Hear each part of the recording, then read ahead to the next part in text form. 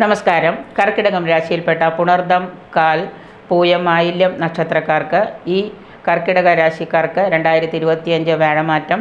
വ്യാഴം ഇവർക്ക് 11-ൽ നിന്ന് 12-ലേക്ക് മാറുകയാണ്. നഷ്ടഭാവമായ 12-ലേക്ക് മാറുന്ന വ്യാഴം ഇവരുടെ ചിലവുകൾ ഇവരുടെ അധികരിക്കുന്നതിനുള്ള പല കാരണങ്ങളും കൊണ്ടുവരുന്നതും വരവ് കുറയുന്നതുമാണ്. സാമ്പത്തിക സ്ഥിതിയിലൊക്കെ ജാഗ്രത പുലർത്തുന്ന നന്നായിരിക്കും. പണം കടം കൊടുക്കുന്നതും പണം കടം വാങ്ങിക്കുന്നതും നിങ്ങൾക്ക് പിന്നീട് ഭാവിയിൽ ബുദ്ധിമുട്ടുകൾ ഉണ്ടാക്കിയേക്കാം.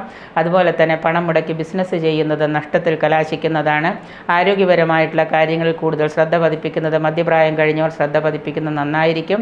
ഏതായാലും എല്ലാവരോടും വിവേകത്തോടു കൂടിയും വളരെ ജാഗ്രതയോടുകൂടിയും വാക്കുകളൊക്കെ പറയുകയും പ്രവർത്തിക്കുകയൊക്കെ ചെയ്യുന്നത് നിങ്ങൾക്ക് കൂടുതലായിട്ട് നന്നായിരിക്കും. കാരണം പല ദോഷങ്ങളും ഉണ്ടാകുന്നൊരു കാലഘട്ടമാണ് 12-ലെ വ്യാഴം കൊണ്ടുവരുന്നത്.